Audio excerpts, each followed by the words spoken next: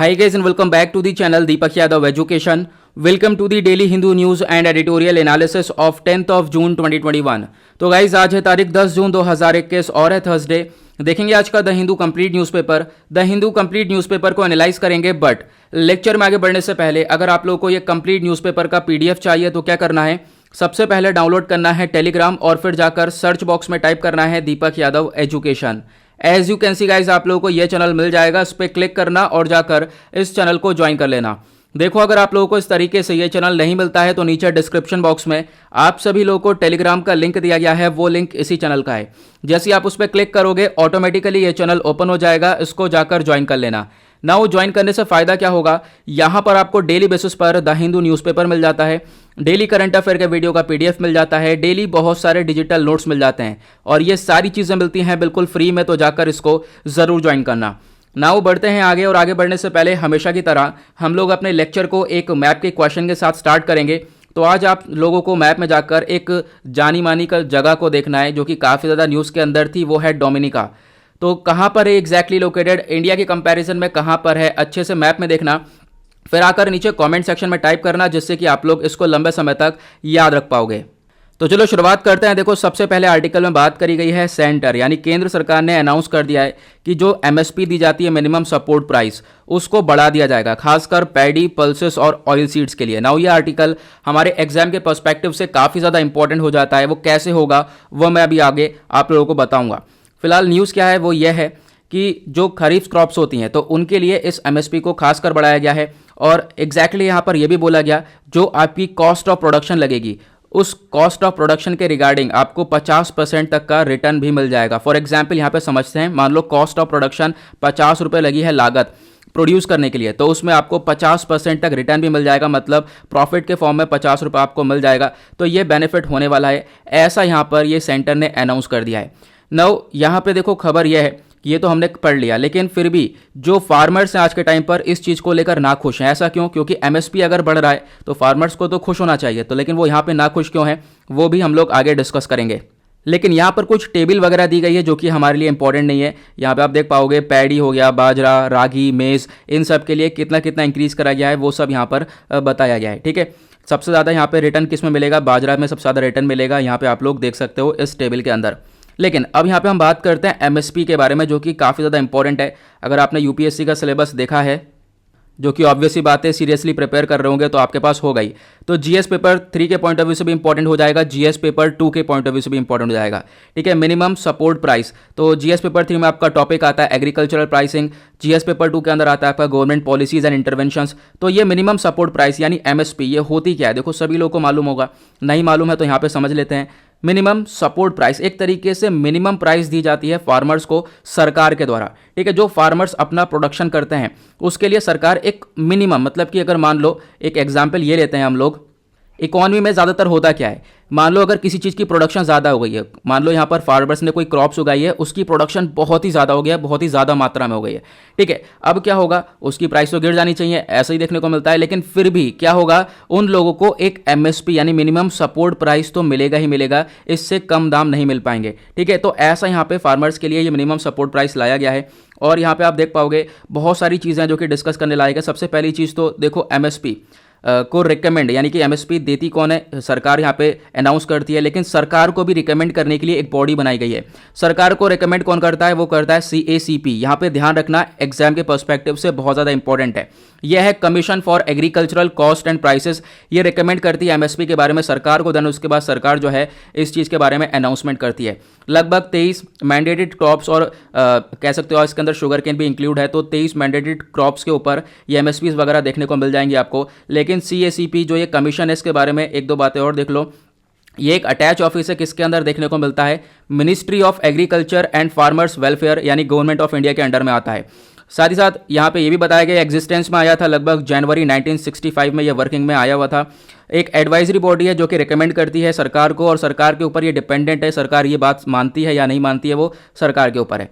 Okay, now बहुत सारी जो क्रॉप्स हैं वो इसके अंदर आपको देखने को मिलेंगी, जैसे कि हमने देखा 23 क्रॉप्स आपको देखने को मिल जाएंगी। सीरियल्स में कुछ हमारे अनाज हैं, कुछ दाल हैं, ऑयल सीड्स हैं और फिर उसके बाद कमर्शियल क्रॉप्स हैं। ठीक है, तो दाल के अंदर 7 आपको ये दालें देखने को, सॉरी जो अनाज है उसके अंदर 7 अनाज आपको देखने को मिल जाएंगे, जैसे कि पैडी हो गया, वीट, बार्ले, जोवर, बाजरा, मेज और रागी। पल्सेस के अंदर आपको 5 देखने को मिलेंगे, ग्राम, तूर, मूंग, उड़द और लेंटिल, जिसको हम जो चना बोलते हैं, आखिरी में जो लेंटिल है, ग्राम को भी चना ही बोलते हैं। ठीक है, सॉरी ये क्या बोल दिया मैंने, लेंटिल को हम लोग दाल बोलते हैं। ठीक है, जो ग्राम है उसको चना बोलते हैं। ओके, तो ये तो हमारी पल्सेस के अंदर आ गई।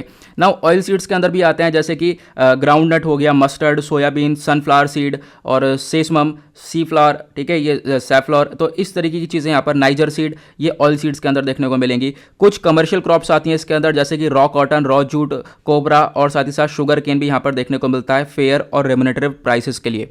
ओके, तो ये है कंप्लीट एमएसपी। आई होप आपको ये समझ में आ गया होगा। लेकिन अब दूसरा पॉइंट ये है, यहाँ पर जो फार्मर्स है वो इतने नाखुश क्यों हैं? देखो फार्मर्स ने यहाँ पे मेंशन ये किया है कि ये जो एमएसपी इतनी सी बढ़ाई गई है वो बहुत ही कम बढ़ाई गई है। इनफैक्ट वो इन्फ्लेशन को भी पेश नहीं कर पाएगी, मतलब कि जैसे जिस तरीके से महंगाई बढ़ रही है उसको वो एमएसपी टैकल नहीं कर पा रही है। पहला पॉइंट ये रखा। दूसरा पॉइंट यहाँ पे फार्मर्स ने ये रखा है कि देखो सबसे दूसरी चीज़ ये है कि यहाँ पे कोई ऐसा मैकेनिज्म नहीं है, कोई ऐसी गारंटी नहीं मिल रही है फार्मर्स यहाँ पर, उनको जो ये एमएसपी मिल रही है बेसिकली ये एक रिड्यूस्ड वे में मिल रही है, मतलब कम मिल रही है। इनफैक्ट इनको जो एमएसपी मिलनी चाहिए थी वो मार्केट प्राइस पर मिलनी चाहिए थी। यहाँ पर ये दूसरा पॉइंट फार्मर्स के द्वारा दिया गया है। ओके, तो यहाँ पर ये दोनों चीज़ें, आई होप आपको ये समझ में आ गया होगा। काफ़ी इंपॉर्टेंट आर्टिकल हो जाता है। नाउ आते हैं आर्टिकल नंबर 2 की तरफ। ये भी काफ़ी इंपॉर्टेंट हो जाता है। बात करी गई है शून वैक्सीनेशन नेशनलिज्म के बारे में। अब ये क्या है बेसिकली, देखो अभी आपको मालूम है जो यूनाइटेड नेशन जनरल असेंबली है उसके प्रेसिडेंट का इलेक्शन हुआ था और वो प्रेसिडेंट नए बनकर आ चुके हैं। वो कौन है? अब्दुल शाहिद। ये कहाँ के? ये मालदीव्स के फॉरेन मिनिस्टर हैं। ओके, अब यहाँ पर आपको मालूम होगा इनको वोटिंग इंडिया ने दी थी, इंडिया ने काफ़ी हद तक सपोर्ट किया था और इंडिया को ये भी सपोर्ट करते हैं। नाउ अब ये प्रेसिडेंट इलेक्ट होकर आ गए तो इन्होंने अपनी पहले ही अनाउंसमेंट कर दिया है कि जो ये वैक्सीन नेशनलिज्म है, मतलब कि जो कंट्रीज़ अपने पीछे लगी पड़ी हैं, अपनी कंट्री के अंदर यहाँ पर वैक्सीनेशन प्रोवाइड करवाया जाए सबसे पहले, तो ये जो है ना ये सारी कंट्रीज़ को डिस्ट्रॉय कर देता है ये सिस्टम। तो सबसे पहली चीज़ हम लोगों को ये नेशनलिज्म, खासकर ये वैक्सीन नेशनलिज्म को हटाना पड़ेगा। ये जो आइडिया है इसको पूरी तरह से दिमाग से निकालना पड़ेगा। दूसरा, यहाँ पर अगर आप लोग वैक्सीन कवरेज के बारे में सोच रहे हो, खासकर जो डेवलप्ड कंट्रीज़ हैं वो अपनी कंट्रीज़ के ऊपर फोकस कर रही हैं, ठीक है, ऐसा नहीं करना है। अगर आपके पास है इतना, ठीक है, आपके पास इतने रिसोर्सेज अवेलेबल हैं तो बाकी सारी कंट्रीज़ को भी प्रोवाइड करवाने की पूरी तरह से कोशिश करनी है। और ये वैक्सीन नेशनलिज्म एक अनएक्सेप्टेबल बोला गया है, इसको एक्सेप्ट नहीं किया जाएगा ये यूएनजीए के प्रेसिडेंट के द्वारा। दूसरी अनाउंसमेंट इनके द्वारा ये करी गई, जो ह्यूमन राइट्स हैं वो यहाँ पर एक सेंट्रल थीम होने वाला है। खासकर यहाँ पर जम्मू और कश्मीर के इशू को लेकर बातचीत करी गई है। देखो ये जो यूएनजीए के प्रेसिडेंट है ना, ये काफ़ी हद तक सपोर्टिव हैं इंडिया के, और मतलब कि इन्होंने पहले भी काफ़ी हद तक सपोर्ट किया है। जम्मू जो कश्मीर वाला इशू है उसको बाकी सारी कंट्रीज़ काफ़ी हद तक उठाती रही हैं, तुर्की काफ़ी हद तक उठाता रहा है, लेकिन ये जो प्रेसिडेंट है इन्होंने काफ़ी हद तक इस चीज़ को सपोर्ट करा है। इन्होंने बोला है इंडिया का ये इंटरनल मैटर है, इंडिया इसको खुद देखेगा। लेकिन अभी जो ये प्रेसिडेंट बन चुके हैं तो इनको न्यूट्रल रहना पड़ेगा, किसी को इतना सपोर्ट करना नहीं पड़ेगा। लेकिन इनके द्वारा फिर भी एक स्टेटमेंट दिया गया, इंडिया एक was one of the first country जो कि जिसने जो है सपोर्ट किया था इनको, ठीक है। तो ये सारी चीज़ें यहाँ पर बताई गई। नाउ आगे बढ़ते हैं नेक्स्ट आर्टिकल की तरफ, देखें और क्या इंपॉर्टेंट है। हाँ, इसमें हमने एक चीज़ छोड़ दी, वो क्या है, यूनाइटेड नेशन जनरल असेंबली है क्या, इसके बारे में तो पढ़ लें, ये भी तो काफ़ी इंपॉर्टेंट हो जाता है हमारे के एग्जाम के पॉइंट ऑफ व्यू से।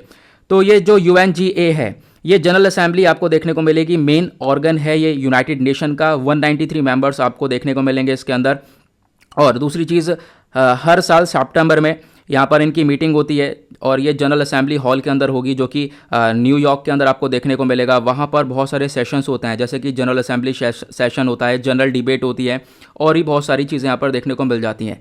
नाउ बहुत सारे इंपॉर्टेंट क्वेश्चंस होते हैं जिसके ऊपर डिसीजन लिया जाता है, लेकिन ध्यान से सुनना, कुछ ऐसे क्वेश्चंस हैं जहां पर सिर्फ और सिर्फ 2/3 मेजोरिटी की ज़रूरत होती है। वो क्वेश्चन कौन कौन से हैं? पीस और सिक्योरिटी को लेकर, या फिर कोई नया मेंबर को एडमिट करना, या बजट से रिलेटेड मैटर्स को। लेकिन कुछ ऐसे मैटर्स भी हैं जो जाकि आप कह सकते हो जो ये क्वेश्चन है, इसके अलावा जितने भी मैटर्स बचते हैं उन सब में सिंपल मेजोरिटी की ज़रूरत होती है। नाउ जो ये प्रेसिडेंट हैं जनरल असेंबली के, ये इलेक्ट होते हैं हर साल, और यहाँ पर आप देख पाओगे ये नए प्रेसिडेंट हैं, इसको ध्यान रखना। आगे बढ़ते हैं, यहाँ पर एक छोटा सा आर्टिकल है, ज़्यादा इंपॉर्टेंट है नहीं। तेलंगाना हाई कोर्ट के अंदर अभी 18 और मोर जजेस आने वाले हैं, और ये चीज़ें यहाँ पर देखने को मिली है। क्योंकि केसेस जो है काफ़ी सारे पेंडिंग आपको देखने को मिलेंगे, लेकिन जजेस की जो वैकेंसीज़ वगैरह है वो खाली देखने को मिलती है, उसकी वजह से ये 18 जजेस आने वाले हैं। और भी बहुत सारे हाई कोर्ट्स में वैकेंसीज़ खाली हैं, तो उसके रिगार्डिंग भी जल्द से ही स्टेप्स उठाए जाएंगे। आता है एक और इम्पॉर्टेंट आर्टिकल, ये भी काफ़ी इंपॉर्टेंट आर्टिकल है छोटा सा लेकिन बहुत इंपॉर्टेंट है। तो यहाँ पे हुआ क्या है, इलेक्शन कमीशन ऑफ इंडिया, ठीक है, उनको आप कह सकते हो जो इलेक्शन कमिश्नर होते हैं, इलेक्शन कमीशन ऑफ इंडिया का आपने नाम सुना होगा, जो कि कंट्री के अंदर इलेक्शंस वगैरह को कंडक्ट करवाता है। तो उसके अंदर आपको मेन पर्सन देखने को मिलेंगे, चीफ इलेक्शन कमिश्नर देखने को मिलेंगे, ठीक है, जो कि आज के टाइम पर सुशील चंद्रा जी हैं। दूसरे आपको इलेक्शन कमिश्नर देखने को मिलेगा, जिनको अभी चूज़ किया गया है। ये इलेक्शन कमिश्नर अभी अपॉइंट होकर आए हैं, तो इनका नाम याद रखना है, अनूप चंद्रा पांडे इनका नाम है। अब यहाँ पे दूसरी चीज़ ये है कि जो ये इलेक्शन कमीशन है, ये अपने आप में एक बहुत ही बड़ा टॉपिक है। यहाँ पे आप लोग देख पाओगे इलेक्शन कमीशन ऑफ इंडिया के बारे में हम लोग पहले भी काफ़ी बार डिस्कस कर चुके हैं। ये जीएस पेपर 2 के पॉइंट ऑफ व्यू से इंपॉर्टेंट हो जाता है। जीएस पेपर 2 में आपको 2 टॉपिक देखने को मिल जाएंगे, constitutional bodies, transparency and accountability. तो इलेक्शन कमीशन ऑफ इंडिया है क्या, बेसिकली पॉलिटी में आप पढ़ोगे तो पूरा आपको ये चैप्टर देखने को मिलेगा। ये एक ऑटोनॉमस कॉन्स्टिट्यूशनल अथॉरिटी है, जिसका मेन काम है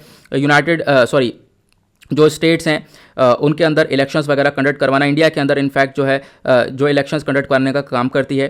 साथ ही साथ जो ये बॉडी एडमिनिस्ट्रेट करती है जो भी इलेक्शंस होते हैं लोकसभा, राज्यसभा और स्टेट लेजिस्लेटिव असेंबलीज़ में, उनको भी यहाँ पर ये कंडक्ट करती हुई नजर आती है, ठीक है। या फिर जो प्रेसिडेंट और वाइस प्रेसिडेंट हैं कंट्री के अंदर, उनके ऑफिस के अंदर भी जो भी यहाँ पर चीज़ें होती हैं वो कंडक्ट करती हुई यहाँ पर उनको एडमिनिस्टर करती है ये election commission of India.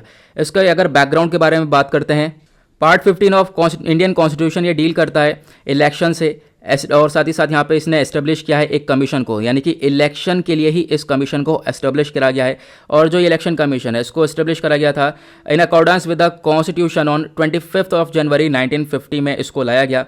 Article 324 से लेकर 329 अगर आप देखोगे कॉन्स्टिट्यूशन का, वो डील करता है पावर, फंक्शन, टेन्योर, एलिजिबिलिटी, ये सब चीज़ें यहाँ पर आपको देखने को मिलेगी कमीशन एंड द मेंबर्स के रिलेटेड, यानी जो इलेक्शन कमीशन है इसके मेंबर्स और इन सब चीज़ों के बारे में आपको आर्टिकल 324 से 329 के बीच में देखने को मिल जाएगा।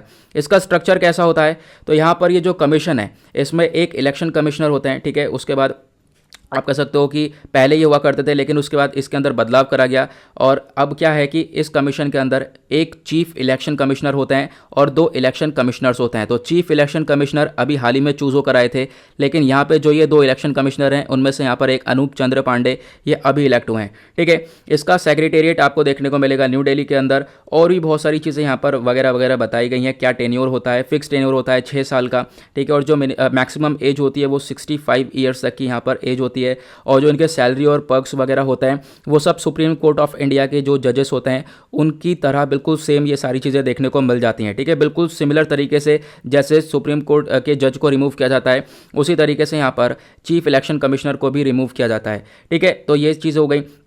उसके बाद मेन जो फंक्शंस है इलेक्शन कमीशन ऑफ इंडिया के वो क्या क्या हैं आपको देखने को मिलेगा। मेन फंक्शन सबसे पहला तो वही है कि जो भी कंट्री के अंदर इलेक्शंस वगैरह हैं उसको कंडक्ट करवाने का यहाँ पे काम करती है। दूसरा काम क्या है कि जो ये भी इलेक्शंस हैं वो आप कह सकते हो कौन से टाइमली इलेक्शंस होने हैं, ये सारी चीज़ें यहाँ पर देखती है। साथ ही साथ इलेक्टोरल रोल को प्रिपेयर करती है, और भी यहाँ पर ये जनरल सी बातें सारी चीज़ आपको देखने को मिलेंगी। जो भी हमें कहाँ पर पोलिंग स्टेशन को लोकेट करना है उसके बारे में डिसीजन लेने का काम इलेक्शन कमीशन ऑफ इंडिया का है। तो ये सारे काम यहाँ पर ये करती हुई नज़र आती है। कोई इलेक्शन सिम्बल्स अलॉट किया जाता है पार्टीज़ को, वो भी यही करती है, ओके। और मॉडल कोड ऑफ कंडक्ट जो है ये भी यहाँ पर यही लागू करती है। इलेक्शन से कुछ टाइम पहले इसको कंडक्ट किया जाता है। बाकी कुछ जो अनफेयर प्रैक्टिसेस वगैरह देखने को मिलती हैं इलेक्शंस के अंदर, वो चीज़ें हम लोग को ना देखने को मिले। इंपॉर्टेंस क्या है, बिल्कुल सेम चीज़ वही है कि इलेक्शंस अगर हो रहे हैं तो इलेक्शंस को फ्री, फेयरनेस, ट्रांसपेरेंसी के साथ कंडक्ट करवाने का काम इलेक्शन कमीशन ऑफ इंडिया का है, ठीक है। काफ़ी हद तक हमने इस चीज़ इलेक्शन कमीशन ऑफ इंडिया के बारे में कवर किया है, जो कि आप पॉलिटी के अंदर भी देख पाओगे, ठीक है। आगे बढ़ते हैं नेक्स्ट आर्टिकल की तरफ।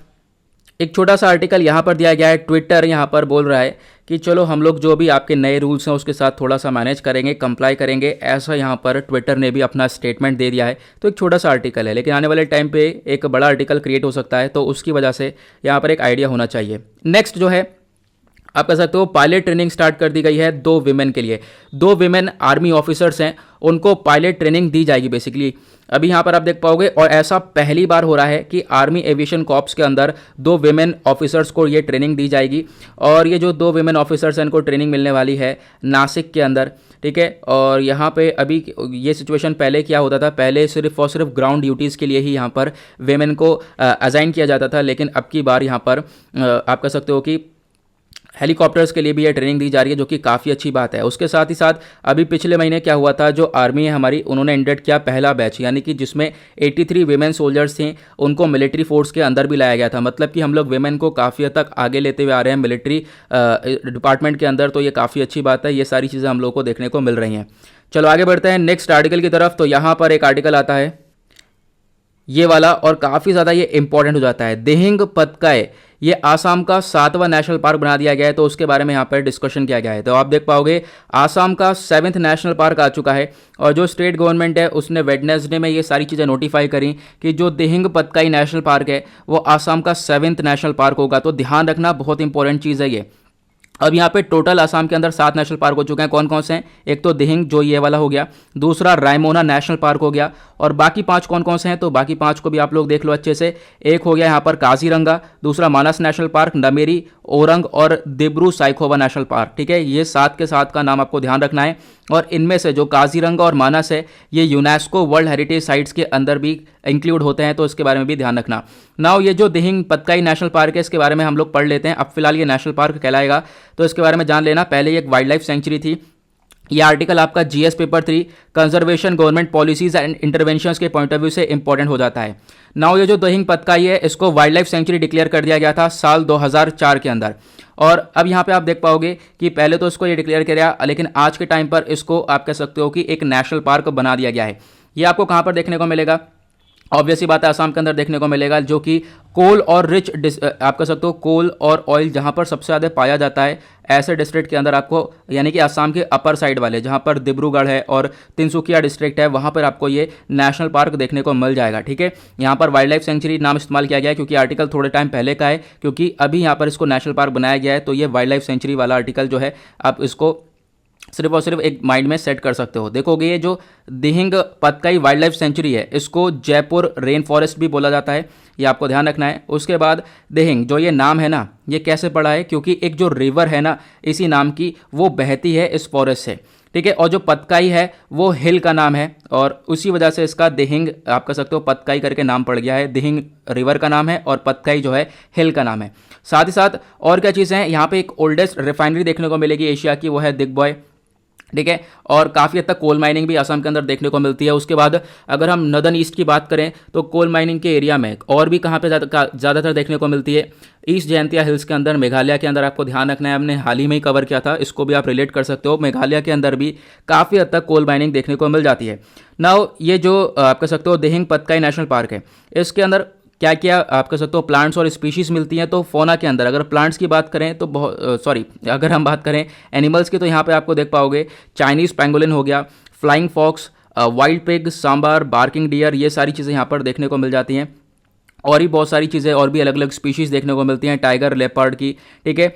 उसी के साथ यहाँ पे और चीज़ें भी कवर करी गई हैं, नोट्स आपको मिल ही जाएगा, ठीक है। यहाँ पर हम लोग ज़्यादा इस पर टाइम वेस्ट नहीं कर रहे हैं। यहाँ पे आप देख पाओगे फ्लोरा की अगर हम बात करें, कौन कौन से प्लांट की स्पीशीज़ यहाँ पर देखने को मिलती हैं। पहली बात तो ये है एक डेसिडियस रेन फॉरेस्ट, और यहाँ पर लश ग्रीन फ्लोरा आपको देखने को मिल जाएगा। ओके, तो इसको अच्छे से कवर कर लेना, नोट्स वगैरह सब आपको मिल ही जाते हैं। हाँ, अगर हम यहाँ पर नोट्स की ही बात आई है तो मैं आपको एक चीज़ यहाँ पे बता देता हूँ कि देखो बहुत सारे लोगों को ये प्रॉब्लम्स होती है। जैसे मैंने ये पिंड नोट्स कर रखे हैं यहाँ पर, ये जो है हमेशा मैंने कमेंट करके पिन कर रखा है, तो इसको आप लोग ले सकते हो। यहाँ एडोब रीडर डाउनलोड कर लेना या फिर WPS ऑफिस डाउनलोड कर लेना, बल्कि इसी चीज़ से होना चाहिए, ठीक है। अब बताओ किस किस को प्रॉब्लम हो रही है, ज़रा नीचे कमेंट सेक्शन में बताना, वरना कुछ और जुगाड़ करते हैं इसका, ठीक है। फिलहाल तो यहाँ पे अगर आपको PDF में ये सारी चीज़ें मिल जाती है तो ज़्यादा बेनिफिट होता है, ठीक है। अगर देखो नीचे कमेंट सेक्शन में और भी लोग ये बता देना कि जैसे कि बहुत सारे लोगों को प्रॉब्लम हो रही है, एडोब रीडर में भी ये ओपन नहीं हो रहा है, ठीक है। WPS में भी ये जो है ये कमेंट जो पिन है ये ओपन नहीं होते हैं। तो अगर कोई यहाँ पर इन दोनों के अलावा और भी आप कह सकते हो दूसरे ऐप में इसको ओपन करता है तो ज़रा नीचे कमेंट सेक्शन में ज़रूर बताना, जिनको ये पूरे के पूरे कमेंट पिन्स डेली बेसिस पे सारे के सारे मिल जाते हैं। ओके, चलो आगे बढ़ते हैं। नाउ यहाँ पे आता है एक और आर्टिकल, बात करी गई है जो ये फ्री राशन स्कीम है उसको वापस से रिवाइव किया जाए, जो कि पिछले साल लेकर आया गया था, जिसमें हम लोगों ने फ्री में काफ़ी सारा राशन प्रोवाइड किया था इनफैक्ट माइग्रेंट वर्कर्स को। ठीक है, कि एक तरीके से जो भी वर्कर्स हैं इधर से उधर जाते हैं वर्क करने के लिए, उनको काफ़ी ज़्यादा प्रॉब्लम्स हुई थी इस कोविड की वजह से, लॉकडाउन की वजह से, तो उनकी हेल्प प्रोवाइड करवाई थी। नाउ उसी के रिगार्डिंग वापस से हम लोग को इस चीज़ को रिवाइव करना पड़ेगा, क्योंकि आज के टाइम पर भी बहुत सारे वर्कर्स हैं जो कि सफ़र कर रहे हैं इस कोविड पैंडमिक की वजह से। तो उसी के बारे में यहाँ पर एक्सप्लेन किया गया है। साथ ही साथ यहाँ पर पिछले साल बहुत सारी चीज़ें हुई हैं। ये तो हमने स्टेट्स को ये जो भी माइग्रेंट वर्कर्स हैं उनको ये रॉ मटेरियल्स, रॉ आप कह सकते हो जो रॉ राशन है वो तो प्रोवाइड करवाया है। अभी यहाँ पर बोला यह जा रहा है कि देखो कुक्ड फूड्स वगैरह भी प्रोवाइड करवा दें, पका हुआ खाना अगर प्रोवाइड करवा दें तो ये ज़्यादा बेनिफिट हो जाएगा। साथ ही साथ कुछ कैश वगैरह ट्रांसफ़र कर दिया जाए इन लोगों के अकाउंट में, जिससे कि ये लोग आप कह सकते हो अपने जीवन में थोड़ा बहुत खुश हो जाएं, क्योंकि आज के टाइम पर बहुत ज़्यादा परेशानियाँ झेल रहे हैं कोविड की वजह से, लॉकडाउन्स की वजह से। उसके बाद आता है नेक्स्ट आर्टिकल, एक और important article, again tiger reserve के बारे में बात करी गई है, इसी वजह से आज का थंबनेल टाइगर के ऊपर लगा रखा है। यहाँ पे बात करी गई है पक्के टाइगर रिजर्व की। यहाँ पे बहुत सारे वर्कर्स हैं जो कि एक तरीके से गार्ड करते हैं, इस टाइगर रिजर्व की देखभाली करते हैं, लेकिन उन वर्कर्स को उनकी सैलरीज वगैरह नहीं दी गई है, तो उसकी वजह से ये आर्टिकल आया है। तो यहाँ पे आप देख पाओगे लगभग 200 से ज़्यादा कॉन्टिजेंसी वर्कर्स देखने को मिलेंगे पक्के टाइगर रिजर्व के अरुणाचल प्रदेश के अंदर, जो कि आप कह सकते हो स्ट्राइक पर आ गए। ठीक है, इन्होंने एक तरीके से स्ट्राइक करी है वेडनेसडे में, क्योंकि इनको वेजेस नहीं मिली, इनका वेतन नहीं मिला लगभग दिसंबर 2020 से। 5-6 महीने होने वाला है, 6 महीने से ज़्यादा होने वाला है, इनको अभी तक इनकी सैलरीज नहीं मिली है, इनका वेजेस नहीं मिला है, उसी की वजह से ये लोग स्ट्राइक कर रहे हैं। ठीक है, ऑब्वियस ही बात है। और आप यहाँ पर दुख भरा एक स्टेटमेंट देख पाओगे, एक वर्कर का ये स्टेटमेंट है। इन्होंने यहाँ पर ये बोला है, मैं आपको रीड करके बताता हूँ। We know protecting the tiger habitat it's crucial for the conservation of the striped cat in India, but it is difficult to focus on an empty stomach. मतलब कि ये तो बहुत इंपॉर्टेंट है कि टाइगर को चलो प्रोटेक्ट करना है, ये काफ़ी इंपॉर्टेंट बात है। ठीक है, इंडिया के अंदर हमें उसे आज के टाइम पर कंजर्वेट करना है, लेकिन दूसरी चीज़ खाली पेट तो ऐसा नहीं हो पाएगा, ऐसा स्टेटमेंट यहाँ पर एक वर्कर के द्वारा कहा गया है। तो ये सब बेसिकली ऑफिस में पहुंच गए हैं, जहां पर जो टाइगर रिजर्व्स एडमिनिस्ट्रेटिव ऑफिस होता है वहां पर गए, इन्होंने डिमांड करी है कि हमारा वेजेस जो है ये प्रोवाइड करवाए जाए, क्योंकि पिछले 6 महीने से ये पेंडिंग है। ओके, नाउ अब ये आर्टिकल इंपॉर्टेंट हो जाता है, क्यों? क्योंकि न्यूज़ के अंदर आ गया।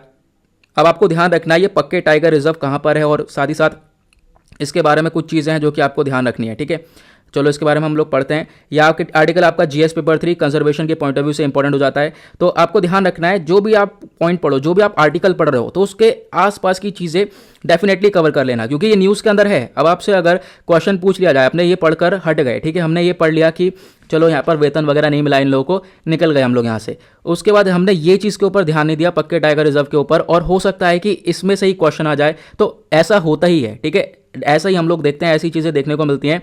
तो फिर इस चीज़ को आपको हर तरीके से हिट करना पड़ेगा आर्टिकल को। मेरी कोशिश यही है, इसी वजह से मैं थोड़ा सा न्यूज़पेपर एनालिसिस मेरा लेट हो जाता है, क्योंकि मैं यहाँ पर सिलेबस लेके बैठता हूँ। सिलेबस के साथ साथ मैं आपका देख रहा हूँ क्या क्या चीज़ें इसके अंदर आ रही हैं, GS paper 1, GS paper 2, GS paper 3 के अंदर क्या क्या चीज़ें आ रही हैं।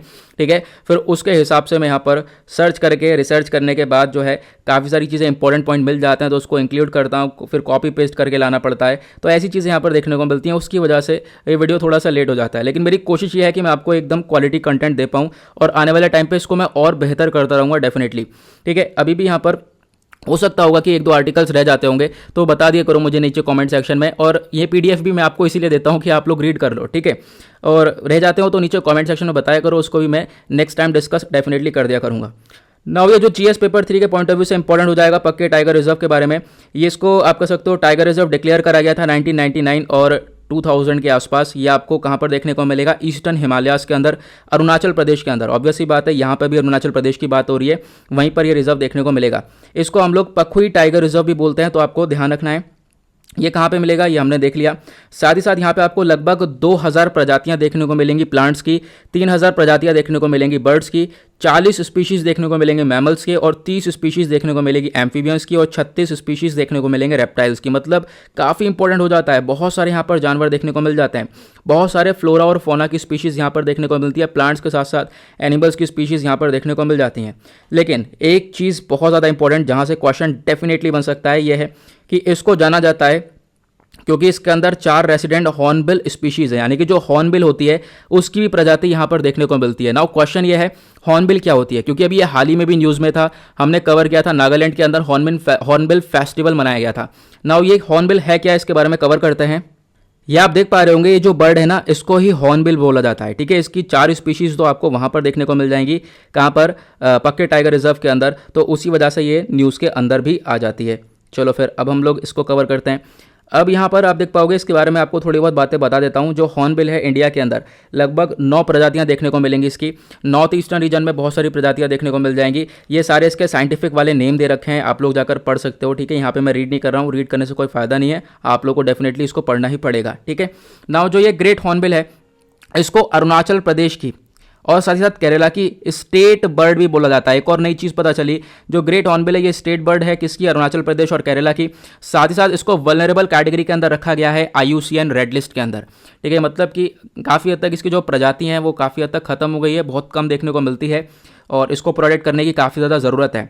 नाउ इसी के रिगार्डिंग, इसी के नाम पर एक हॉर्नबिल फेस्टिवल सेलिब्रेट किया जाता है नागालैंड के अंदर। तो आपसे पूछा जा सकता है, ये सेलिब्रेट किया जाता है जो फेस्टिवल नागालैंड में, ये किस चीज़ के ऊपर बेस्ड है? तो ये बर्ड के ऊपर बेस्ड है, ये आपको ध्यान रखना है। ओके, चलो आगे बढ़ते हैं नेक्स्ट आर्टिकल की तरफ। और क्या है हमारे लिए इंपॉर्टेंट, यहाँ पर ये आर्टिकल आप देख पा रहे होंगे। तो लॉकडाउन्स वगैरह खत्म हो रहे हैं और साथ ही साथ जो सिचुएशन सही हो रही है, तो उसकी वजह से टूरिज्म वगैरह देखने को मिलता हुआ नजर आ रहा है, उसके बारे में यहाँ पर ये बताया गया। आगे आते हैं नेक्स्ट आर्टिकल की तरफ, पेज नंबर 13 के ऊपर, दैट इज वर्ल्ड सेक्शन। देखेंगे दुनियादारी में क्या चल रहा है। सबसे पहले आर्टिकल में बात करी गई है, US के सीनेट ने पास कर दिया है एक बहुत ही ज़्यादा बड़ा इनोवेशन बिल। इनोवेशन बिल मतलब कि ये लोग रिसर्च और डेवलपमेंट के लिए उन्होंने काफ़ी हद तक पैसा अनाउंस कर दिया है। यहाँ पे आप देख पाओगे, जो रिसर्च और डेवलपमेंट के लगभग 170 बिलियन डॉलर्स का यहाँ पर अनाउंसमेंट किया गया है कि ये लोग इसमें रिसर्च और डेवलपमेंट में खर्च करेंगे, ताकि जो है चाइना को ये आज के टाइम पर टैकल कर पाएँ। ठीक है, खासकर यहाँ पर ये बात, और ज़्यादा इसमें कुछ भी नहीं है हमारे पढ़ने लायक, क्योंकि ये बाहर की बातें हैं, तो हम लोग ऐसे आर्टिकल हमारे लिए कवर करने मतलब इंपॉर्टेंट इतने रहेंगे नहीं। एक आर्टिकल यहाँ पर आपको देखने को मिलेगा, ये काफ़ी ज़्यादा इंपॉर्टेंट हो जाएगा। देखो यहाँ पर क्या है ना, कि जो तुर्किश प्रेसिडेंट हैं, टर्की के प्रेसिडेंट, इनका नाम है रेसेप तैयप एर्दोगान। तो ये जो एर्दोगान है, ये विजिट करने वाले हैं काराबक रीजन में, और काराबक रीजन हो जाता है बहुत ज़्यादा इंपॉर्टेंट। इनफैक्ट इसका पूरा नाम है नगोर्नो काराबक। ठीक है, ये जो नगोर्नो काराबक रीजन है, ये जो रीजन है, ये डिस्प्यूटेड रीजन है किस किस के बीच में, आर्मेनिया और एजरबाईजान के बीच में। ठीक है, इसके ऊपर मैं ऑलरेडी एक वीडियो बना चुका था पिछले साल, जब इन दोनों के बीच में वॉर हुआ था। ठीक है, अक्टूबर के टाइम पे बनाया था। तो अगर आप लोग टाइप करते हो आर्मेनिया एजरबाईजान कॉन्फ्लिक्ट बाय दीपक यादव एजुकेशन, आपको वीडियो मिल जाएगा, आप जाकर वो लोग वहाँ पर देख सकते हो। 8 से 9 मिनट का वीडियो है, आपको वो पूरा कॉन्फ्लिक्ट समझ में आ जाएगा। लेकिन यहाँ पे मैं आपको बता देता हूँ इस कॉन्फ्लिक्ट के बारे में। तो इन दोनों का बीच में कॉन्फ्लिक्ट हुआ था। नाउ यह मैं यहाँ पे आपको मैप में दिखाता हूँ, मैप के थ्रू लेकर चलेंगे नागोर्नो काराबक वाले रीजन में। तो ये इंडिया का मैप है, और इंडिया की कंपैरिजन में आप थोड़ा सा इधर की साइड चलोगे, मिडिल ईस्ट वाले रीजन में, तो यहाँ पर आपको ये वाला रीजन देखने को मिलेगा। ठीक है, ये हो गया नागोर्नो काराबक वाला, और जैसे मैंने बताया, ये इसी रीजन के लिए लड़ाई रहती है एजरबाईजान और आर्मेनिया के बीच में। फिलहाल इसको लड़ाई को एजरबाईजान ने जीता, और जो है इस वाले एरिया को एजरबाईजान के पास ये आ चुका है। और ये जो एजरबाईजान है, आर्मेनिया है, ये दोनों ही USSR टूटने के बाद बने थे। ऑब्वियसली बात है, बहुत सारी कंट्रीज जो हैं तभी बनी हैं जो USSR टूटा था उसके बाद। ठीक है, अब यहाँ पे तुर्की कहाँ पर है, तुर्की को भी मैप में देख लेते हैं। तो यहीं पास में ही आपको तुर्की देखने को मिलेगा। ये तो यहीं के प्रेसिडेंट है एर्दोगान, ये पहुँच गए हैं एजरबाईजान में। क्यों? क्योंकि एजरबाईजान में, आगे बात करते हैं, क्योंकि यहाँ पर एजरबाईजान के अंदर जो इसकी जीत हुई है उसको सेलिब्रेट करने ये पहुँच गए हैं। उसी के साथ यहाँ पे ये भी बोला गया कि काफ़ी हद तक यहाँ पे हेल्प प्रोवाइड करवाई थी एजरबाईजान की तुर्की ने, वेपन्स वगैरह प्रोवाइड करवाए थे। तुर्की की कैपिटल यहाँ पे अंकारा देखने को मिलेगी आपको, यहाँ पर इसके बारे में बताया गया है। ठीक है, इस कॉन्फ्लिक्ट के अंदर काफ़ी सारे लोगों की जान गई, उसके बारे में यहाँ पे ये सारी चीज़ें बताई गई हैं। नाउ आते हैं नेक्स्ट आर्टिकल की तरफ, बात करी गई है क्वाड वैक्सीन पार्टनरशिप गोल के बारे में। नाउ ये जो गोल डिसाइड किया गया था क्वाड का, वो अभी भी ट्रैक के ऊपर है, अभी भी इस गोल को पूरा नहीं किया गया है, ऐसा यहाँ पे स्टेटमेंट दिया गया है US के ऑफिशियल्स के द्वारा। तो यहाँ पे आप देख पाओगे क्वाड के अंदर आपको कौन कौन सी कंट्रीज देखने को मिलेंगी। बेसिकली क्वाड के अंदर आपको 4 कंट्रीज देखने को मिलेंगी, ध्यान रखना, काफ़ी इंपॉर्टेंट हो जाता है। चलो मैं आपको बता ही देता हूँ उसके बारे में, ये है क्या। ठीक है, यहाँ पे आपको नोट्स इसके देखने को मिल जाएंगे। नाउ क्वाड GS पेपर 2 के पॉइंट ऑफ व्यू से इंपॉर्टेंट हो जाता है, क्योंकि आपको GS पेपर 2 में एक टॉपिक देखने को मिलेगा बायलैटरल ग्रुपिंग्स और एग्रीमेंट्स का। तो ये 4 नेशन का अलायंस है, 4 कंट्रीज इसके अंदर, इंडिया, ऑस्ट्रेलिया, USA और जापान, और इसको एस्टेब्लिश किया गया था 2017 में। इसको एक मिनी नेटो, यानी नेटो ग्रुप का आपको मालूम होगा इसके बारे में, तो इसको मिनी नेटो भी बोला जाता है। बहुत सारी कंट्रीज इसको एंटी चाइना भी बोल देती हैं, खासकर चाइना खुद यहाँ पर इसको एंटी चाइना बोलता है, क्योंकि ये लोग चाइना के अगेंस्ट में ही काम करते हैं। साथ ही साथ साल 2020 में यहाँ पर US China economic security review commission ने यहाँ पर ये बताया कि आज के टाइम पर जो चाइना की बढ़ती हुई पावर है उसकी वजह से यहाँ पर ये सारी चीज़ें देखने को मिल रही हैं। ठीक है, चाइना की काफ़ी हद तक पावर्स बढ़ती भी जा रही हैं। एक तरीके से चाइना अपना कंट्रोल बहुत सारी कंट्रीज़ के अंदर जमा भी रहा है और इनफैक्ट बहुत सारी कंट्रीज़ को आज के टाइम पर परेशान करता हुआ भी नजर आता है उनके एरियाज़ के अंदर घुसकर। तो इसको टैकल करने के लिए, खासकर इंडो पैसिफिक रीजन को प्रोटेक्ट करने के लिए इस क्वाड को एस्टेब्लिश करा गया। उसी के साथ यहाँ पर जो ये क्वाड है इसको नाम दिया गया है क्वाड्रिलेटरल सिक्योरिटी डायलॉग। ठीक है, तो ध्यान से इसका नाम याद रखना, याद होगा क्योंकि काफ़ी बार हम लोग पढ़ रहे हैं। इनफैक्ट जब आ रहा है हम लोग हर बार पढ़ रहे हैं तो काफ़ी इंपॉर्टेंट हो जाता है। तो हाँ, एक चीज़ और मैं यहाँ पर बता दूँ, बहुत सारे लोग कहते हैं कि ये चीज़ डेली बेसिस पे क्यों कवर करते हो, तो मैं काफ़ी बार बता चुका हूँ। बहुत सारे लोग हमारे साथ डेली बेसिस पर जुड़ रहे हैं आज के टाइम पर, तो उसकी वजह से ये डेली बेसिस पर कवर करना काफ़ी ज़्यादा ज़रूरी हो जाता है। ठीक है, तो आप लोग स्किप कर दिया करो क्योंकि जब मैं यहाँ पर बोल रहा हूँ मुझे कोई प्रॉब्लम नहीं हो रही, तो आप लोग भी स्किप यहाँ पे कर दिया करो। ठीक है, थोड़ा सा जो अगर आप लोगों को जो जो चीज़ें मालूम है इनफैक्ट हाँ डेफिनेटली स्किप कर दिया करो उसे। ठीक है ना, उसके बाद यहाँ पे अगर हम बात करें इसका एवोल्यूशन कैसे हुआ, तो 14 साल पहले इसका आप कह सकते हो जो क्वाड है एक तरीके से इसका प्रस्ताव रखा गया था दिसंबर 2012 में। जो जापान के प्राइम मिनिस्टर शिंजो एबे इनके द्वारा यहाँ पर ये पूरा का पूरा प्रस्ताव रखा गया। फिर 2017 में भी वापस से इन्होंने यहाँ पर ये प्रपोजल रखा कि हम लोग को ऐसा ग्रुप बनाना चाहिए, लेकिन ये उस समय इतना ग्रो नहीं हुआ। लेकिन उसके बाद क्या हुआ, सॉरी 2017 में तो ग्रो हो गया था, मैंने क्या बोल दिया इससे। उसके बाद ना क्या हुआ, 2017 में इंडिया, ऑस्ट्रेलिया, जापान ने मिलकर एक तरीके से शेप दिया इसको, और फिर उसके बाद उन्होंने काफ़ी सारी आपस में अलायंस क्रिएट करे और साथ ही साथ यूएसए जो है वो बाद में इंक्लूड हुआ। और फिर इन जो कंट्रीज़ हैं आपस में, इन चारों कंट्रीज़ का जो मेन गोल है वो यही रहा है कि इंडो पैसिफिक को हमेशा से फ्री बनाया जाए, उसके अंदर चाइना का कोई भी इन्फ्लुएंस ना हो। ठीक है, तो इन 4 कंट्रीज़ का ये ग्रुप था। उसके साथ साथ इन चारों कंट्रीज़ ने मिलकर मालाबार एक्सरसाइज के अंदर पार्टिसिपेशन किया था 2020 में, और अभी हाल ही में क्वाड की एक समिट भी हुई थी, आपको मालूम होगा इसके बारे में। ओके नाउ, अभी मुद्दा क्या है, मुद्दा ये है, ये बोला गया है इंडिया के अंदर अभी सिचुएशन काफ़ी ज़्यादा बुरी है कोरोना को लेकर, और बहुत सारे केसेस आज के टाइम पर देखने को मिल रहे हैं। तो आज के टाइम पर अभी जो गोल है इन चारों कंट्रीज़ का मेन गोल यह है कि ज़्यादा से ज़्यादा वैक्सीन को प्रोड्यूस किया जाए। लगभग 1 बिलियन वैक्सीन को प्रोड्यूस किया जाएगा एशिया रीजन के अंदर 2022 तक। बहुत सारी कंट्रीज़ को ये वैक्सीन प्रोवाइड करवाई जाएंगी, ऐसा यहाँ पर बोला गया था क्वाड कंट्रीज़ के द्वारा, ऐसा डिसाइड किया गया था। लेकिन आज के टाइम पर यह प्रोसेस पूरा का पूरा स्टक है, क्योंकि ऑब्वियस ही बात है बहुत सारी कंट्रीज़ ऐसी हैं क्वाड के अंदर, जैसे कि इंडिया हो गया, जहाँ पर ऑलरेडी बहुत सारी प्रॉब्लम्स क्रिएट हो रही हैं। और उसको देखते हुए आज के टाइम पर जो यूएस है वो पूरी तरह से साथ में खड़ा है। यूएसए ने इनफैक्ट बहुत सारा इन्वेस्टमेंट किया है इंडिया के अंदर, आज के टाइम पर बहुत सारी हेल्प प्रोवाइड करवाई है। लगभग $500 मिलियन तक की हेल्प प्रोवाइड करवा चुका है यूएसए इंडिया को। उसी के साथ यहाँ पे आप देख पाओगे ये बात करी गई है जो क्वाड के लीडर्स हैं उनके बीच में एक मीटिंग हो सकती है डेफिनेटली, और इन चीज़ों के ऊपर यहाँ पे बातचीत करी जाएगी। उसी के साथ यहाँ पर और भी बहुत सारी चीज़ें ये बोली गई कि देखो आने वाले टाइम पे हो सकता है क्वाड के अंदर और कंट्रीज़ हो, तो ऐसा यहाँ पे अभी हम लोग ज़रूरी नहीं देख पा रहे हैं। अभी तो फिलहाल यही है कि जितनी कंट्रीज़ हैं उनके रिलेशंस को और ज़्यादा डीपन करना, और ज़्यादा गहराई में लेकर चलना, और ज़्यादा बढ़ाना, वो हमारा गोल रहने वाला है। अभी ये नहीं मालूम कौन कौन सी कंट्रीज़ के अंदर आएंगी, तो डेफिनेटली हम लोग देख सकते हैं आने वाले टाइम पे कुछ कंट्रीज इसके अंदर और इंक्लूड हो। नाउ पेज नंबर 14 के ऊपर आते हैं, that is business section, economy से रिलेटेड आर्टिकल को कवर करेंगे। बात करी गई यूपी ने फेवर किया है जीएसटी रिडक्शन को लेकर, यानी कि जो कोविड-19 इक्विपमेंट्स के ऊपर जीएसटी लगाई जा रही है उसको कम किया जाए, उसको आप कह सकते हो नीचे ही रखा जाए, ऐसा यहाँ पे यूपी ने फेवर किया है। उत्तर प्रदेश ने पर इस चीज़ के फेवर में गया है, और यहाँ पे ज़्यादा कुछ इंपॉर्टेंट नहीं है, इसको आप लोग स्किप करो। नाउ उसके बाद यहाँ पे बात करी गई है, मेन मकसद यह है कि हम लोग वैक्सीनेट कर सकें 70 करोड़ लोगों को सितंबर तक, ऐसा हमारे फाइनेंस मिनिस्ट्री का कहना है। फाइनेंस मिनिस्ट्री यहाँ पर ये बोलती है कि लगभग सितंबर तक 70 करोड़ लोग वैक्सीनेट हो जाना चाहिए। इनफैक्ट जो पहली डोज है वैक्सीन की उससे तो ये लोग वैक्सीनेट हो ही जाने चाहिए। ओके नाउ चलते हैं एडिटोरियल सेक्शन की तरफ, आज के इंपॉर्टेंट एडिटोरियल्स को डिस्कस करेंगे। नाउ आते हैं page number 6, that is editorial section. सबसे पहला आर्टिकल आ जाता है, यहाँ पर बात करी गई है गवर्नमेंट को प्रोटेक्ट करना है बच्चों, यानी ऐसे बच्चे जो कि आज के टाइम पर कोविड-19 की वजह से जिनके पेरेंट्स की डेथ हो गई है, या फिर ऐसे बच्चे जिनको कोविड की वजह से आज के टाइम पर बहुत सारी प्रॉब्लम्स फेस करने को मिल रही है, तो उनको प्रोटेक्ट करने का काम करना है सरकार को, ऐसा यहाँ पे स्टेटमेंट दिया गया है।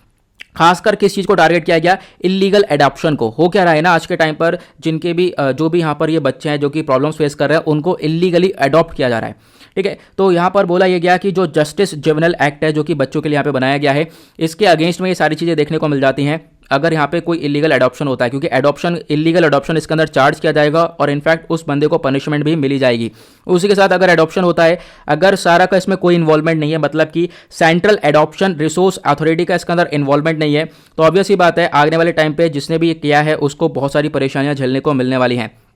तीसरी बॉडी का यहाँ पे नाम लिया गया एनसीपीसीआर, यानी कि इसका फुल फॉर्म है national commission for protection of child rights. Okay, यानी कि बच्चों के जो भी हक हैं, बच्चों के जो राइट्स हैं, उनको प्रोटेक्ट करने का ये बॉडी काम करती है। इसने यहाँ पर काफ़ी सारी डिटेल्स कलेक्ट करी हैं कि पेंडेमिक की वजह से बहुत सारे लोग जो हैं, बहुत सारे बच्चे जो हैं वो सफ़र कर रहे हैं इन सारी प्रॉब्लम से। नाउ ये तो मुद्दा हुआ अलग, लेकिन अभी हाल ही में आपको मालूम होगा हमारी सरकार ने पीएम केयर का यहाँ पे अनाउंसमेंट किया था कि पीएम केयर उसमें से फंड का इस्तेमाल किया जाएगा ताकि इन बच्चों को थोड़ा सा हम लोग रिलीफ प्रोवाइड करवा सके। तो इसके बारे में डिस्कशन कर लेते हैं। दूसरा आर्टिकल को भी काफ़ी इंपॉर्टेंट हो जाता है। पीएम केयर फॉर चिल्ड्रन स्कीम लाई गई थी, जीएस पेपर 2 के पॉइंट ऑफ व्यू से ये इंपॉर्टेंट हो जाता है। तो पीएम केयर्स फंड, इसमें यहाँ पर ये बताया गया कि देखो क्योंकि मैंने जैसा बताया अभी इस आर्टिकल के अंदर जो एनसीपीसीआर है उसने काफ़ी सारा डेटा कलेक्ट कर लिया है कि बहुत सारे बच्चे ऐसे हैं जिनको आज के टाइम पर बहुत सारी प्रॉब्लम्स हो रही हैं। तो उन बच्चों को जो है यहाँ पर प्रोवाइड करवाया जाएगा पैसा। और कौन से बच्चे एलिजिबल होंगे इसके अंदर? वो बच्चे एलिजिबल होंगे जिन्होंने अपने पेरेंट्स को खो दिया है, ठीक है, कोविड की वजह से। और ऐसे यहाँ पे बहुत सारे बच्चे देखने को मिले। नाउ फीचर्स क्या होगा इस स्कीम का? इस स्कीम का फीचर ये है कि हर बच्चे को लगभग 10 लाख रुपए तक प्रोवाइड किया जाएगा इस पीएम केयर फंड से, ठीक है। और ये जो 10 लाख रुपए हैं ये इनको 23 साल तक जब ये पूरे होंगे तब तक ये पूरा का पूरा अमाउंट मिलेगा, ठीक है।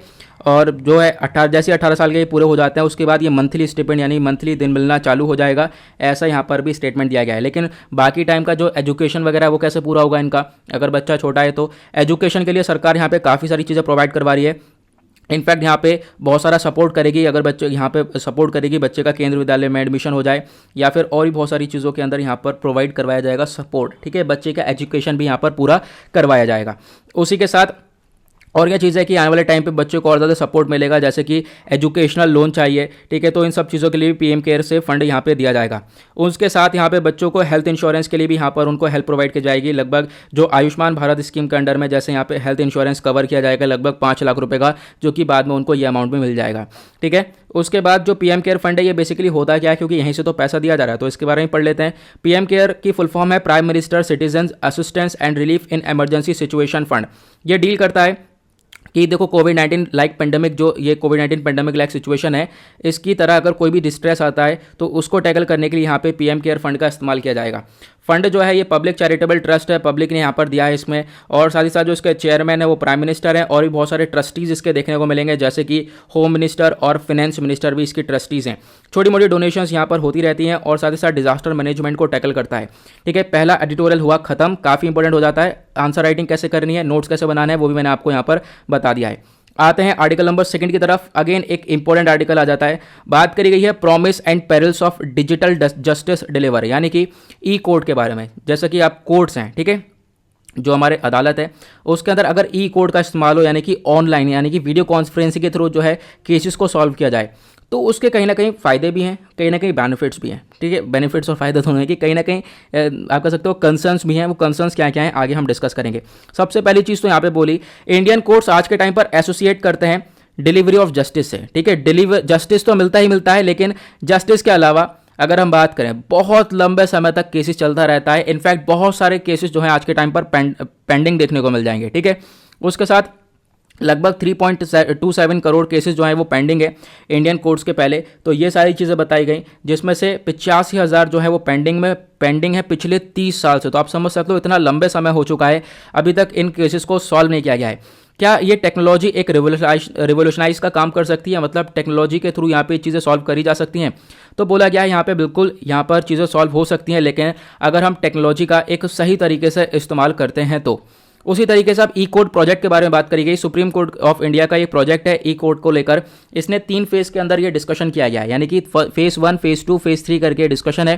फेज़ 3 जो है इसके बारे में चर्चा होगी, लेकिन उससे पहले फेज़ 1 और जो फेज़ 2 है ये डील करता है जुडिशरी को डिजिटाइजेशन करने से, यानी कि ई फाइलिंग हो, यानी कि अगर आपको केस फाइल करना है तो वो इलेक्ट्रॉनिकली एक तरीके से ऑनलाइन फाइल हो जाए, ट्रैकिंग केस ऑनलाइन हो, मतलब जितनी भी चीज़ें हैं, जजमेंट्स को अपलोड करना ऑनलाइन, सारी चीज़ें ऑनलाइन जो है ये हो जाएंगी।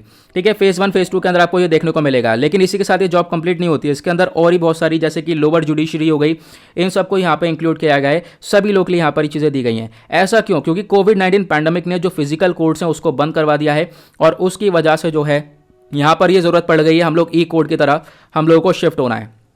उसके बाद फेज़ 3 की अगर हम बात करें तो बेसिकली यहाँ पे फेज़ 1 फेज़ 2 तो बहुत पुराने हो गए। फेज़ 3 की बात करें, जो ये ई कोर्ट का प्रोजेक्ट है इसके बारे में, तो यहाँ पर इसी के बारे में बेसिकली सबसे ज़्यादा आप कह सकते हो कि चर्चा करी गई है। तो सबसे इंपॉर्टेंट चीज़ तो ये है कि आज के टाइम पर आप लोगों को जो इलेक्ट्रॉनिकली इंफ्रास्ट्रक्चर है जुडिशरी सिस्टम का, इसको अपग्रेड करना पड़ेगा। ये बहुत इंपॉर्टेंट है, क्योंकि आज के टाइम पर अगर केसेस इतने पेंडिंग है, पैंडेमिक की वजह से कोर्ट्स खुल नहीं रहे हैं, तो आपको ये चीज़ अपग्रेड करनी पड़ेगी। लॉयर्स, लिटिगेंट्स जो है सब यहाँ पर इनेबल हो पाएंगे, ऐसी चीज़ें यहाँ पर देखने को मिलें।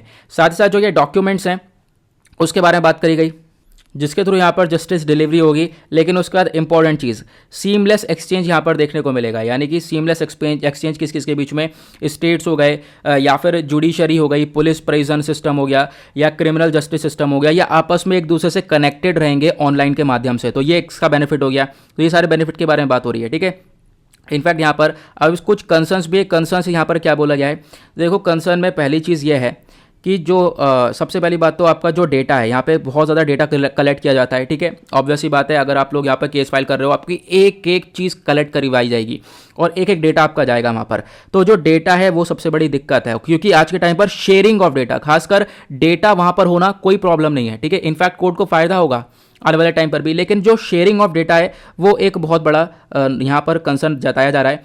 अब ये शेयरिंग ऑफ डेटा का मतलब क्या है, क्योंकि आपको मालूम होगा कि ये जो सेंटर है उसने बोला है कि ये जो डेटा है वो सरकार के साथ शेयर किया जाएगा। ठीक है, हमने डिस्कस किया था इसके बारे में, उसके बारे में आगे बताऊंगा, लेकिन अभी यहाँ पे बात करते हैं जो ये डेटा है।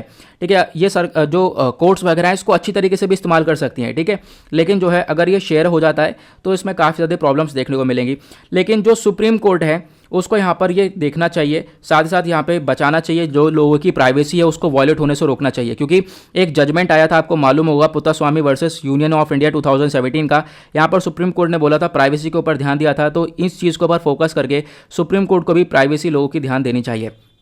मुद्दा यहाँ पर यह देखने को मिलेगा कि ये जो डेटा है क्या करना पड़ेगा, सरकार के साथ शेयर करना पड़ेगा, यानी कि सेंट्रलाइजेशन, ये लोकल से सेंट्रल के पास जाएगा। ठीक है, अब यहाँ पे क्या है कि देखो, अगर टेक्नोलॉजी कंपनीज के पास ये डेटा, अगर टेक्नोलॉजी कंपनीज कहीं शेयर करती है डेटा, तो मतलब कि वो एडवर्टीजमेंट करेंगे। ठीक है, वो एडवर्टाइज को टारगेट करेंगे। लेकिन अगर गवर्नमेंट यहाँ पे ऐसा काम करता है तो गवर्नमेंट का काम है सर्विलेंस करना, वो देखभारी करती रहेगी उस बंदे की। ठीक है, निगरानी रखी जाएगी उसके ऊपर।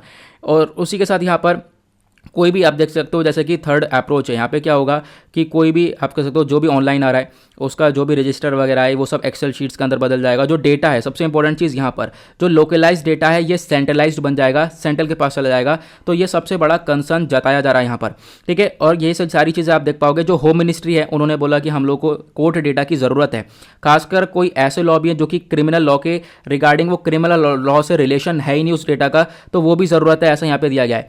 उसके बारे में कोई क्लियर एक्सप्लेनेशन नहीं है, बट यहाँ पर ये एक कंसर्न वाली बात है, यहाँ पर ये एक चिंता वाली बात है। ठीक है, फायदे तो बहुत सारे आपको देखने को मिलेंगे, फटाफट केसेस सॉल्व होते हुए नजर आएंगे, लेकिन साथ ही साथ कुछ जो ये शेयरिंग ऑफ डेटा वाली प्रॉब्लम्स भी देखने को मिल जाएंगी। टेक्नोलॉजी को अगर हम बात करें तो इसके मेन ऑब्जेक्टिव्स जो हैं यहाँ पर आप देख पाओगे कि जो पेंडेंसी केस चल रहे हैं, यानी कि काफ़ी सारे पेंडिंग केसेस वगैरह देखने को मिलेंगे, वो काफ़ी हद तक तेज़ी से खत्म हो जाएंगे, और ही बहुत सारी चीज़ें, बहुत सारी अच्छी तरीके से चीज़ें यहाँ पर सॉल्व होती हुई नजर आएंगी। लेकिन क्या है कि आपको जो डेटा है वो सेंट्रल के हाथ में नहीं भेजना है। ठीक है, इंस्टेड ऑफ सेंट्रलाइजेशन डेटा, बाकी सारी चीज़ें अच्छी हैं, तो इसके बारे में यहाँ पर फोकस दिया गया। आगे बढ़ते हैं नेक्स्ट आर्टिकल की तरफ। तो यहाँ पर एक आर्टिकल आपको देखने को मिलेगा, वीडियो ऑलरेडी काफ़ी ज़्यादा लंबा हो रहा है, तो पहले हम लोग इस वाले आर्टिकल को तो हमने काफ़ी बार डिस्कस कर रखा है, पहले हम लोग एक ऐसा आर्टिकल डिस्कस करते हैं जो कि बिल्कुल अलग है आज का। ठीक है, यहाँ पर आप देख पाओगे एक आर्टिकल ये वाला है, बात करी गई है south Asian health care burden के बारे में। बेसिकली मतलब कि देखो, साउथ एशियन के अंदर बहुत सारी कंट्रीज ऐसे देखने को मिलेगी जहाँ पर कोविड-19 से बहुत सारी प्रॉब्लम्स आज के टाइम पर देखने को मिल रही हैं। खासकर इंडिया की बात करें तो इंडिया के अंदर आपको आप कह सकते हो लगभग डेथ हो रही है 4000 के आसपास डेली बेसिस पर, अभी पिछले महीने में डेथ हुई है। ठीक है, उसी के साथ अगर श्रीलंका की बात करें, नेपाल की बात करें, पाकिस्तान की बात करें, बांग्लादेश की बात करें, इन सभी का वही बुरा हाल है। भूटान को अलग छोड़ दो क्योंकि भूटान ने काफ़ी बढ़िया वर्क किया है। भूटान ने आप कह सकते हो एक एक्सेप्शनल है, वहाँ पर डेथ भी बहुत कम हुई है और केसेस भी बहुत कम हैं आज के टाइम पर, क्योंकि वहाँ पर एक वेल फंड किया गया। साथ ही साथ जो उनका हेल्थ सिस्टम वो काफ़ी अच्छी तरीके से प्रिपेयर रहा। ऑब्वियस ही बात है, पॉपुलेशन की भी बात होती है, लेकिन फिर भी अच्छी तरीके से उनका मैनेजमेंट रहा है। अब यहाँ पे जैसे जैसे केसेस फैले उसमें लोगों को ब्लेम करा गया, सुपर स्प्रेडर को करा गया, हेल्थ इंफ्रास्ट्रक्चर खराब है, ऐसे यहाँ पे लांछन लगाए गए। लेकिन सबसे इंपॉर्टेंट चीज़ यह है कि इंडिया का या फिर किसी भी कंट्री के अंदर जो भी आज के टाइम पर प्रॉब्लम्स देखने को मिली है उनका हेल्थ इंफ्रास्ट्रक्चर, क्योंकि उनका हेल्थ इंफ्रास्ट्रक्चर के ऊपर तक खर्चा हो ही नहीं रहा है। इंडिया है, इंडिया 1% तक अपने जो जीडीपी है टोटल ग्रॉस डोमेस्टिक प्रोडक्ट उसका 1% के आसपास खर्च कर रहा है हेल्थ इंफ्रास्ट्रक्चर के ऊपर, जो कि ये बहुत ज़्यादा कम है। और अगर हम बात करें बाकी सारी कंट्रीज़ की तो वो काफ़ी ज़्यादा खर्च करती हैं।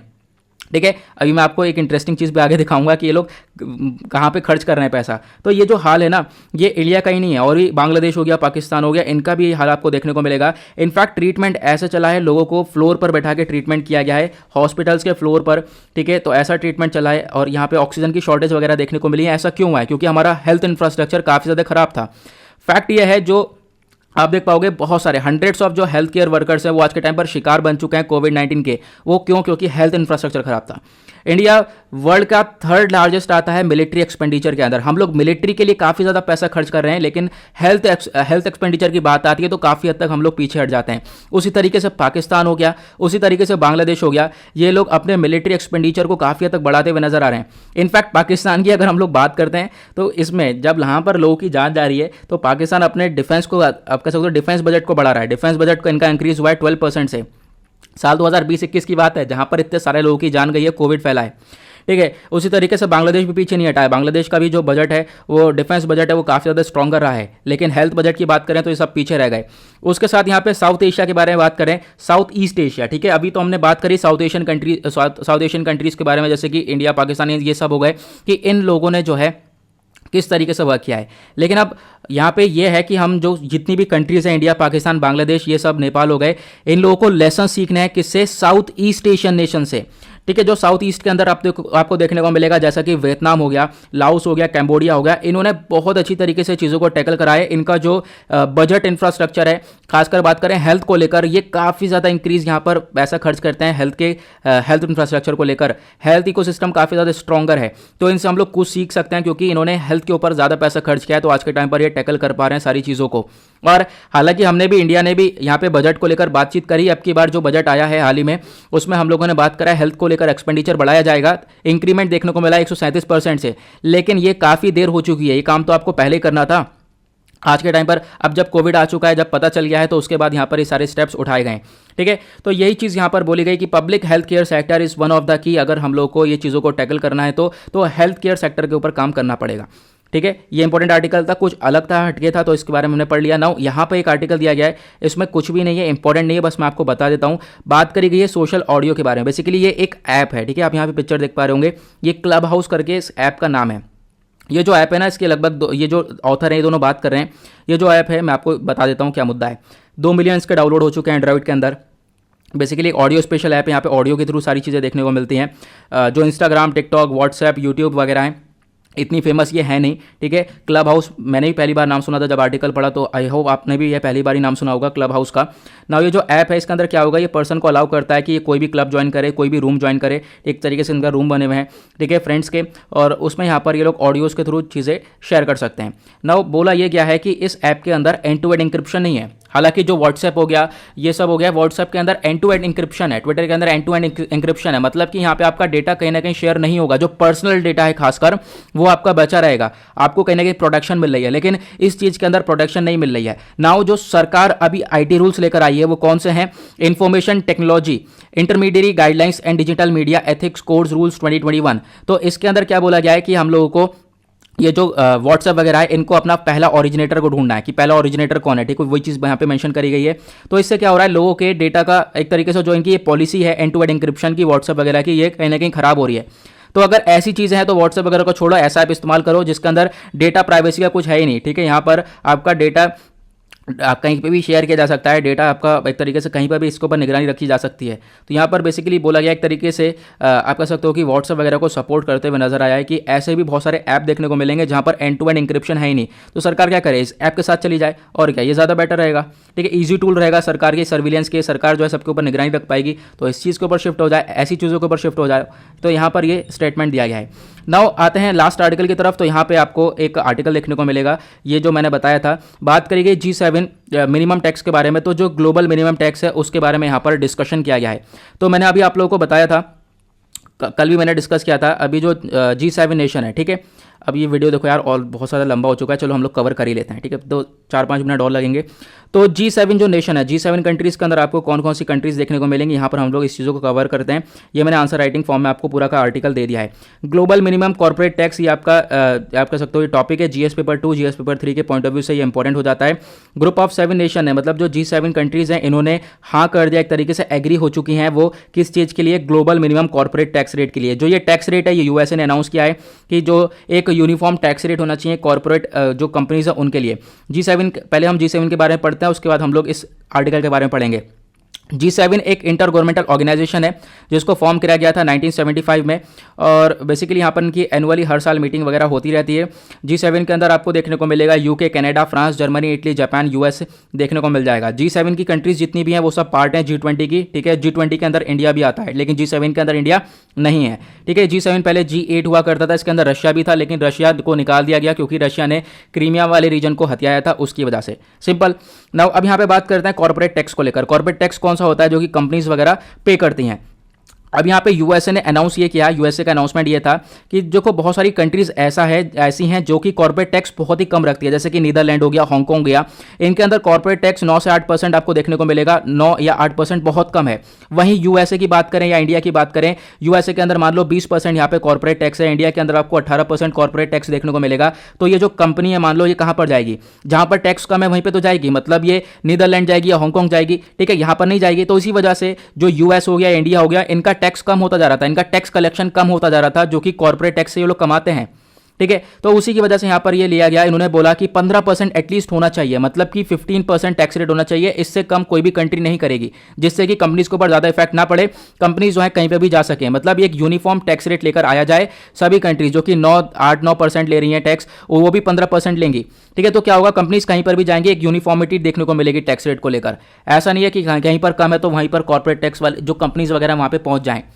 तो इस चीज़ को टैकल के लिए यहाँ पे बोला गया है। लेकिन दूसरी चीज़ यह है, आपको ध्यान रखना है, अभी ये चीज़ें लागू नहीं होंगी, अभी सिर्फ और सिर्फ G7 यहाँ पे राजू हुआ है। अब ये मुद्दा लेकर आगे प्रोसीड किया जाएगा G20 के अंदर, और फिर उसके बाद आने वाले टाइम पे जुलाई अगस्त में हम लोग को पता चलेगा ये चीज़ें कैसे कैसे इंप्लीमेंट होंगी। ओके, तो गाइज आई होप आपको ये क्लियर हो गया होगा, और इस आर्टिकल को मैं काफ़ी बार एक्सप्लेन कर चुका हूँ, इस वजह से मैंने यहाँ पर थोड़ा सा ढील छोड़ा है, और ये जो आंसर राइटिंग फॉर्म में मैंने आपको ये चीज़ें प्रोवाइड करवा दी है, इसको भी आप जाकर ले सकते हो। नाउ इसी के साथ करते हैं लेक्चर को समाप्त। आई होप आप लोगों को सभी चीज़ें क्लियर हो गई होंगी। मिलते हैं आप लोगों से नेक्स्ट वीडियो में। आज के लिए bye bye, have a nice day.